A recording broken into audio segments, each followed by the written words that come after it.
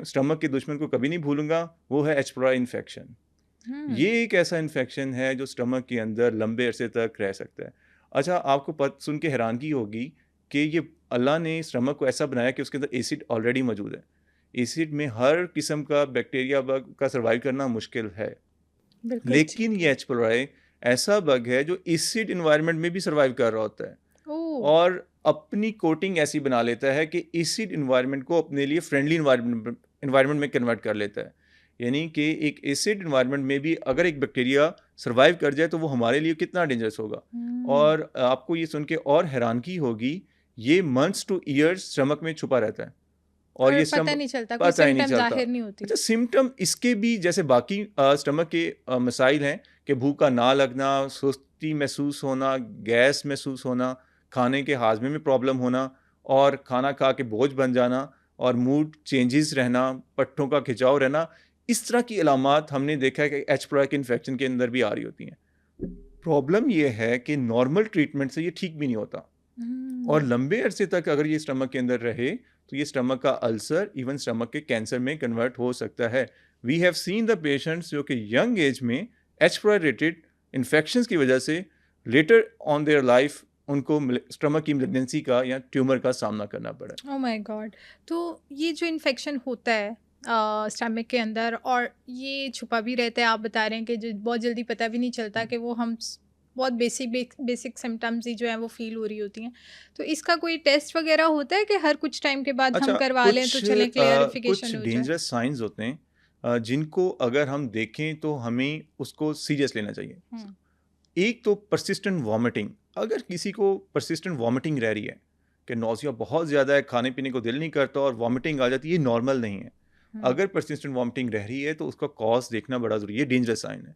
इसी तरह का किसी का unintentional weight loss last 6 months में देखें greater than 10 to 15 kg weight loss हो गया तो इसको आप लाइट ना लें। इसमें भी हमें अंडरलाइंग स्टमक इश्यूज का कॉज देखना ज़रूरी है। इसी तरह अगर किसी का एचबी ड्रॉप कर रहा है, हीमोग्लोबिन ब्लड लेवल आपने करवाया जी, पहले एचबी बिल्कुल ठीक था और अभी रिसेंट में आपने देखा है कि एचबी का ड्रॉप हो गया, ये भी नॉर्मल साइन नहीं है, ये भी एक अलार्म साइन है। इसी तरह अगर खून की उल्टी आ जाए या फिर मुसलसल लूज स्टूल रहें, ये डेंजरस साइंस हैं। जब भी पेशेंट को इनमें से कोई भी अलामात महसूस हों, कोई एक भी? इनमें से कोई भी एक, तो हुँ, उसको सीरियस लेना चाहिए, उसका वर्कअप करना चाहिए। अच्छा, गोरे अमेरिकन यूएसए वाले जिनको हम फॉलो करते हैं वो बड़े सियाने हैं। उन्होंने गाइडलाइंस बना दी हुई हैं। जब भी पेशेंट को स्टमक के इश्यूज हैं 4 वीक से प्रलॉन्ग हो जाएं विद मेडिकेशन, तो वो रिकमेंड करते हैं कि ऐसे पेशेंट जिनकी अलामात 4 हफ्ते की ट्रीटमेंट के बाद स्टमक का लेने से बेहतर नहीं हो रही, तो उनको बजाय इसके कि ओवर द काउंटर मेडिकेशंस के, वो अंडरलाइंग कॉज को आइडेंटिफाई करें कि उनके प्रॉब्लम्स का कॉज क्या है। जब हुँ। कॉज को आइडेंटिफाई करेंगे तो ऑटोमेटिकली उसको ट्रीट करेंगे तो चीज़ें बेहतरी की तरफ आ बेहतर हो जाएंगी। जाती हैं क्योंकि अक्सर ऐसा ही होता है कि हम मेंटल पीस अपना ख़राब करके इतना लड़े होते हैं कि वो स्टमक तो वैसे ही बेचारा 2-3 महीने के लिए ख़राब हो बिल्कुल। जाता है, उसको समझ ही नहीं आती अब मैं क्या करूं और किधर जाऊं और कैसे ठीक हूं। और वेट लॉस में भी चीज़ें जारी होती हैं, खाना पीना भी डिस्टर्ब हो रहा होता है और आप डिफरेंट किस्म के इन्फेक्शन से भी गुजर रहे होते हैं, लेकिन ये टाइम बाय टाइम होता है। मतलब किसी टाइम पे ऐसा होगा कि आपको कॉन्स्टिपेशन वाला मसला फेस बिल्कुल। करना होगा, किसी टाइम पे आपको डायरिया वाला मसला फेस करना पड़ रहा होगा। तो ये चीज़ें भी आपकी लाइफ में साथ-साथ चलती रहती हैं। अच्छा, बिल्कुल जब तक माइंड डिस्टर्ब रहेगा स्टमक ऑटोमेटिकली डायरेक्टली इफेक्ट होगा। एक फिनोमेना है जिसको हम कहते हैं माइंड गट एक्सिस, ये हुँ, बहुत इंटरलिंक्ड है। जिसका माइंड डिस्टर्ब उसके स्टमक और इंटेस्टाइन डिस्टर्ब, और जिसका स्टमक और इंटेस्टाइन डिस्टर्ब उसका माइंड डिस्टर्ब।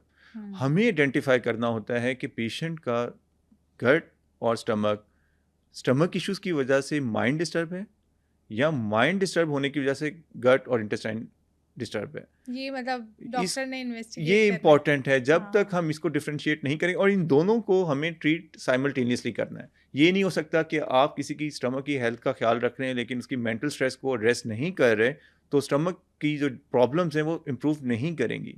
और इसी तरह अगर पेशेंट्स की अगर हम हिस्ट्री लेते हैं उसमें स्ट्रेस फैक्टर कोई ना कोई रूटीन में हमें मिल जाता है जिसको एड्रेस करना। अच्छा, स्ट्रेस डजंट मीन कि कोई डिप्रेशन का मरीज़ है, कोई एंग्जायटी है। Stress mean change in weather is also a stress. हुँ, आप एक्सट्रीम कोल्ड वेदर में आ गए, आजकल स्मोक आ गई है, this is a stress factor. और आपने कोई परफॉर्मेंस में जाना है, कोई आपका क्रिकेट मैच है, कोई और आपकी एक्टिविटी है, जिसमें आपने परफॉर्म करना है, तो this is also one of the stress factor in the body कि बॉडी उसको अडॉप्ट करने से पहले परेशान हो जाती है, और जिसमें डायरेक्टली जो अफेक्ट होता है वो स्टमक और इंटेस्टाइन हो जाता है, वो परेशान हो जाता है, स्ट्रेस हार्मोन्स की वजह से वो डिस्टर्ब हो जाता है, उसकी मूवमेंट में प्रॉब्लम आ जाती हैं, उसके डाइजेस्टिव जो फंक्शन है वो डायरेक्टली इन्वॉल्व हो जाता है। तो जैसे अगर आपके पास पेशेंट्स आते हैं, पहले तो मुझे आप ये बताएं कि आपके पास स्टमक से रिलेटेड कौन से बहुत वर्स्ट केसेस आए हों कि उनके स्टमक में ये प्रॉब्लम्स आ गई अच्छा, हैं। लाइक कुछ पेशेंट्स आते हैं जिनको खून की उल्टियाँ आती हैं, और कुछ पेशेंट आते हैं जिनको ब्लैक कलर के स्टूल आना शुरू हो जाते हैं। अच्छा, एक मज़े की बात है कि अल्लाह ने हमें कुछ चीज़ें ऐसी बताई हैं जिनको हम पिक कर सकते हैं कि something is dangerous at the body जो गोइंग ऑन हो रही है। अगर ब्लैक कलर के स्टूल्स आएँ, ब्लड जब भी एसिड के साथ मिक्स होता है उसका कलर ब्लैक हो जाता है।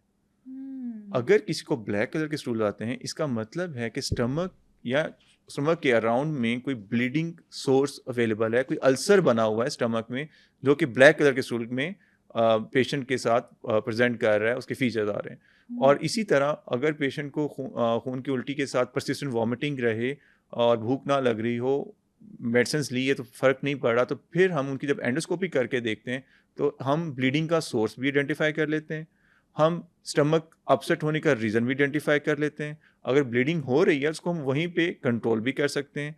अगर खुदा ना ख़ास्ता कोई डेंजरस किस्म की चीज़ें अगर बनी हुई हैं स्टमक में, जिसको हम ऐसी कुछ डिजीज़ेज़ हैं जिसमें कैंसर फॉर्मेशन हो जाता है स्टमक में या ट्यूमर होता है, तो उसको भी हम पिक कर सकते हैं।